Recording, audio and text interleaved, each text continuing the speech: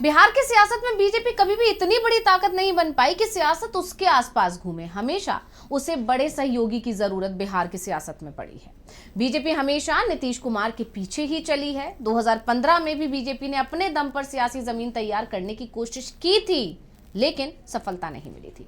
BJP और उसके गठबंधन को करारी हार का सामना करना पड़ा था और उसके बाद से बीजेपी की तरफ से कभी भी बिहार की सत्ता पर कब्जे की कोशिश नहीं की गई। यानी बीजेपी पहले से ही मान लेती है कि वो बिहार में अपने अकेले के दम पर या सबसे बड़ी पार्टी बनकर चुनाव में नहीं उतर सकती। हाँ, पार्टी के मन में इसकी इच्छा तो अभी भी बनी हुई है और ये बिहार बीजेपी नेताओं के बयानों में भी दिखता रहा है। खासकर पिछले दिनों बीजेपी के जो नेताओं के बयान आए, या फिर सीएम बनाने को लेकर बयान आया हो, या छोटे भाई बड़े भाई भूमिका को लेकर बयान आया हो, उसने ये बता दिया था कि बीजेपी इस बार कुछ खेल करना चाहती है। लेकिन सहयोगियों के आगे हर बार की तरह इस बार भी बीजेपी को घुटने टेकने ही पड़े हैं। बिहार विधानसभा चुनाव में ये ही दिखाई दे रहा है। सीट बंटवारे पर पहले बीजेपी 105 से ज्यादा सीटों पर चुनाव लड़ने की तैयारी कर रही थी, लेकिन सहयोगियों के दबाव में यह संख्या 100 तक तो पहुंच ही चुकी है और भी कम हो सकती है। और बीजेपी नेताओं को ही डर लग रहा है कि ये 2 अंकों में भी सिमट सकती है। तो कैसे बिहार में बीजेपी ने टेक दिए घुटने, इसी पर हम अपनी इस स्पेशल रिपोर्ट में करने जा रहे हैं बात। नमस्कार, मैं हूं अंशिता। अब सबसे पहले तो हम बात करते हैं एनडीए की नाराजगी की, जिससे बीजेपी के पसीने छूटे हुए हैं। मांझी और कुशवाहा को मनाना बीजेपी के लिए चुनौती बना हुआ है।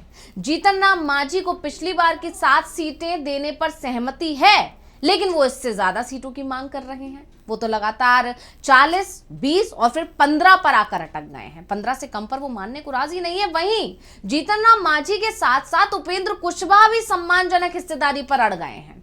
आपको याद होगा, उपेंद्र कुशवाहा लगातार ये बात कह रहे थे कि जो लोकसभा चुनाव में हमारे साथ हुआ वो विधानसभा चुनाव में तो नहीं होने देंगे, और जैसा वो कह रहे थे उस पर वो आखिरी समय तक अड़े भी हुए हैं।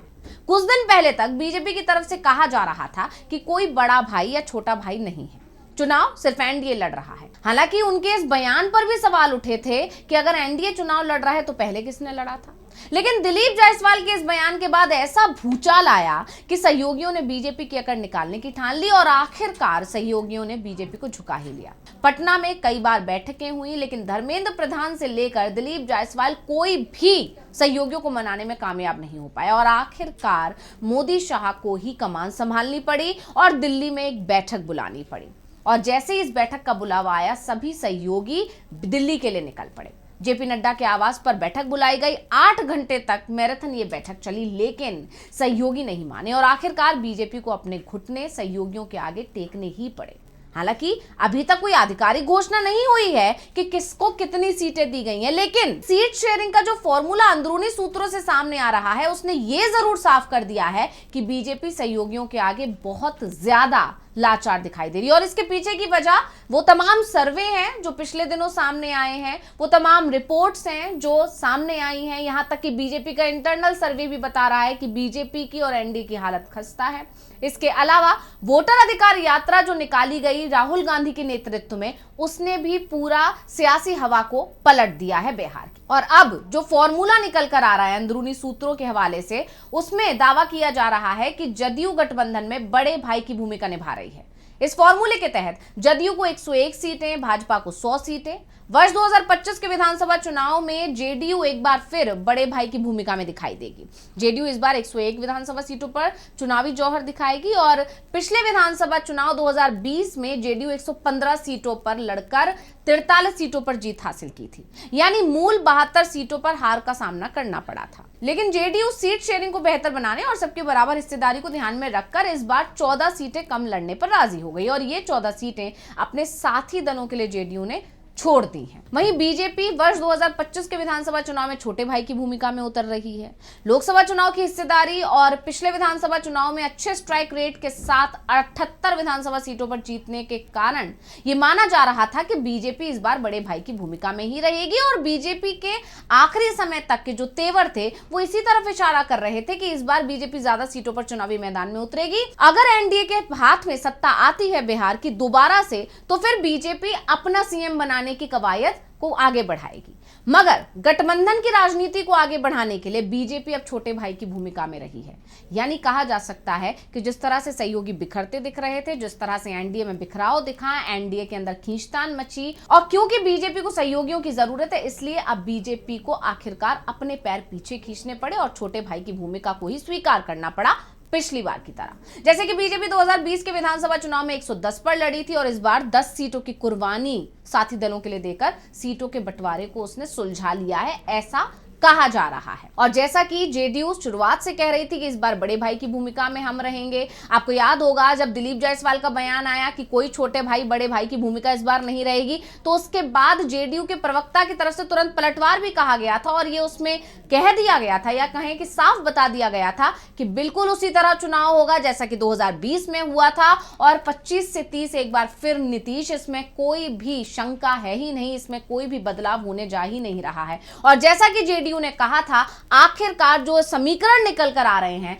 जो सीट बंटवारे का जो फॉर्मूला निकल कर आ रहा है, वो उसी तरफ इशारा कर रहा है कि जेडीयू अपना दबाव बनाने में कामयाब रही। और सिर्फ जेडीयू ही नहीं, चिराग पासवान से लेकर तमाम जो सहयोगी दल हैं वो भी बीजेपी पर अपना दबाव बनाने में कामयाब दिखाई दिए हैं।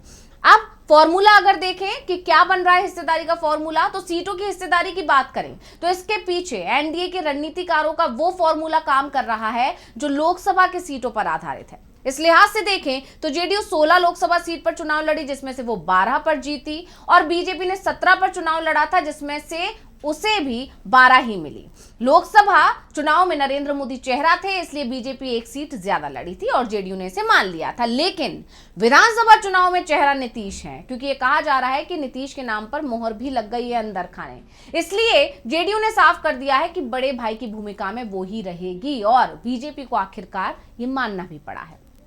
वहीं बिहार विधानसभा चुनाव के लिए सीटों के बंटवारे को अंतिम रूप देने के लिए दिल्ली में राष्ट्रीय जनतांत्रिक गठबंधन की एक अहम बैठक बुलाई गई थी, जिसका हमने अभी जिक्र किया। 8 घंटे तक ये मीटिंग चली, जिसमें केंद्रीय गृह मंत्री अमित शाह, भाजपा अध्यक्ष जेपी नड्डा, बिहार बीजेपी के प्रदेश अध्यक्ष दिलीप जायसवाल और गठबंधन के तमाम सहयोगी शामिल हुए थे। एनडीए गठबंधन के सहयोगियों के बीच मतभेद भी सामने आए। प्रमुख सहयोगी जीतन राम मांझी बैठक के बाद नाराज हो गए और उन्होंने प्रस्तावित सीट बंटवारे के फॉर्मूले को पूरी तरह से अस्वीकार कर दिया था। जीतन राम मांझी ने संकेत दे दिया कि अगर उनकी पार्टी को सम्मानजनक संख्या में सीटें नहीं दी जाती हैं तो वो बड़ा फैसला ले सकते हैं। उन्होंने स्पष्ट किया है कि वो मांग नहीं बल्कि अनुरोध कर रहे हैं। बीजेपी नेता अब जीतन राम मांझी को मनाने की कोशिश कर रहे हैं। जीतन राम मांझी और साथ में उपेंद्र कुशवाहा से बातचीत लगातार की जा रही है और यह खबर भी निकल कर आई कि भारतीय जनता पार्टी ने पिछली बार मांझी की सभी 7 सीटों पर सहमति जता दी है, लेकिन मांझी और सीटें चाहते हैं। और जिस तरह से मांझी अड़े हुए हैं, यह तय माना जा रहा है कि बीजेपी मांझी की बात मान सकती है। दूसरी तरफ कुशवाहा भी सम्मानजनक सीटों की संख्या की मांग पर अड़े हैं। दिल्ली में बड़ी बैठकों पे सीट बंटवारे पर अंतिम फैसला अब करीब है और यह तय माना जा रहा है कि मांझी जिस तरह अड़े हुए हैं, कुशवाहा जिस तरह अड़े हुए हैं, बीजेपी को उनके सामने भी झुकना पड़ेगा, क्योंकि जेडीयू की मांग मान ली है बीजेपी ने। ऐसे में दूसरे सहयोगी भी अब बीजेपी पर दबाव बढ़ा रहे हैं। एनडीए में बीजेपी सबसे बड़ी पार्टी और अपने सहयोगियों को साथ लेकर चलना चाहती भी है और उसके भी मजबूरी बन चुका है। पार्टी ने मांझी और कुशवाहा दोनों को सम्मानजनक सीटें देने का भरोसा दे दिया है ताकि गठबंधन में किसी तरह का असंतोष ना हो। वहीं दूसरी ओर समय कम होने के कारण जल्दी सीट बंटवारे का फैसला होना है और अब बताया जा रहा है कि लगभग सब कुछ फाइनल है। सूत्रों के मुताबिक बीजेपी ने संभावित उम्मीदवारों के नामों की लिस्ट भी लगभग तैयार कर ली है। जानकारों का कहना है कि अगर ये पेच इसी तरह फंसा रहा तो गठबंधन में हलचल भी बढ़ सकती है। चुनाव की तारीखों की घोषणा के बाद एनडीए अब किसी भी देरी से बचना चाहता है और उसी को देखते हुए बीजेपी, जो अभी ये कहा जा रहा है कि 100 सीटों पर सिमट गई है, हो सकता है कि जीतन राम मांझी और कुशवाहा की मांगों को पूरा करने के लिए वो 2 अंकों में भी सिमट जाए। और इसी बात का डर उसके अपने नेताओं को दिखाई दे रहा है, क्योंकि अगर बीजेपी की सीटें कम होंगी तो कई उम्मीदवारों के टिकट कट सकते हैं और उसके बाद नया भूचाल आ जाएगा। तो स्पेशल रिपोर्ट कैसी लगी आपको, हमें कमेंट करके अपनी राय जरूर दीजिएगा। इसी के साथ मुझे दीजिए इजाजत। देखते रहिए टीवी लाइव। नमस्कार।